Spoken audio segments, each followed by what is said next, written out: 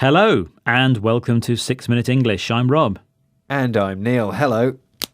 Oh, don't do that, please, Neil. Makes my flesh creep. Oh dear. If something makes your flesh creep, it means you feel frightened or disgusted by something.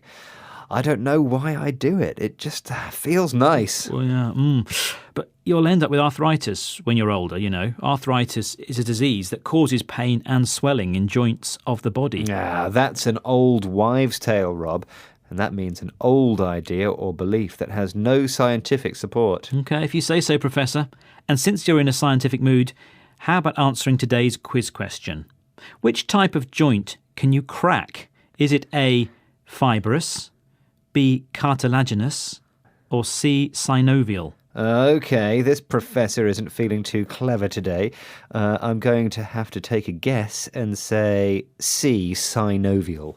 Okay, well, we'll find out how smart you really are later on in the programme. Now let's listen to Greg Kavchuk, Professor of Rehabilitation Medicine at the University of Alberta. Rehabilitation means the process of helping somebody get better from an illness or injury. We've recently been able to use some new technology through MRI imaging to see for the first time what's actually happening inside the joint when someone pops or cracks their knuckles. And because of that, we're hopeful that we'll be able to start to ask questions about why is it that some people can do this and other people can't.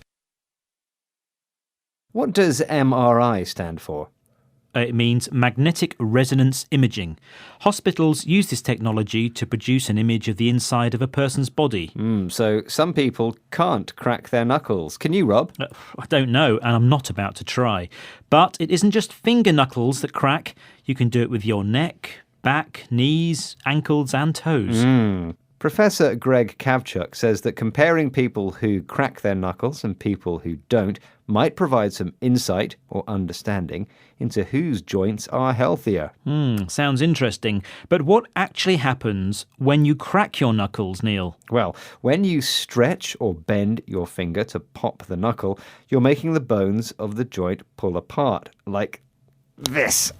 Oh, please don't do it again. Well, it stretches the space around the joint and surrounding fluid and causes a decrease in pressure. As a result, gas dissolved in the fluid becomes less soluble or less able to be dissolved, leading to the formation of bubbles. Now, when you stretch the joint far enough, these bubbles burst, producing the pop sound. Ouch. Excellent. Well, thanks for the biology demonstration there, Neil.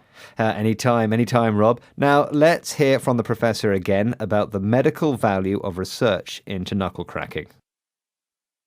When our engineering colleagues do this between two flat surfaces, say of ceramic or porcelain, when they do this and they pull them apart quickly and there's a little bit of fluid in between, they can use electron microscopy to see there's been tremendous damage to the surfaces of the joints. But for some reason, we don't see that in the human joint. There's something that makes it very resilient.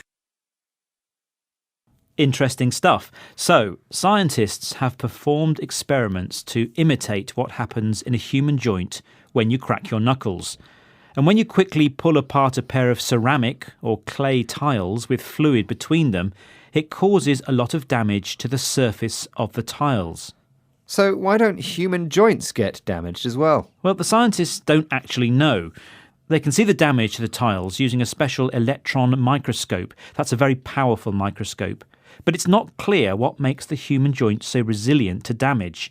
And resilient in this context means returning to its original shape after being stretched or bent. Right, but with further research, scientists may be able to find out and then use this information to help people with joint problems.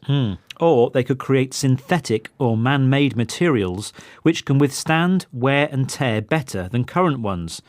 Withstand means not be damaged by something, and wear and tear means damage as a result of ordinary use. Can we have the answer to today's quiz question now, please, Rob? Yes, of course. So, which type of joint can you crack? Is it A, fibrous, B, cartilaginous, or C, synovial? And I said C, synovial. Ah, you are quite clever, actually, because you are right. Aha. Or was it just a good guess? It was a good guess. Ah, well done. And synovial is the name for the fluid that surrounds this type of joint. Okay, so can we hear the words we learned today again? Of course. We heard make your flesh creep, arthritis, an old wives' tale, rehabilitation, MRI, which means magnetic resonance imaging, insight, soluble, ceramic, resilient, synthetic, withstand, wear and tear. Well, that's the end of today's 6-Minute English. We thought it was a cracking show. Please join us again soon. Goodbye. Bye. Go on then, Neil, one more time. Here we go. Feels great. Horrible. 6-Minute English from the BBC.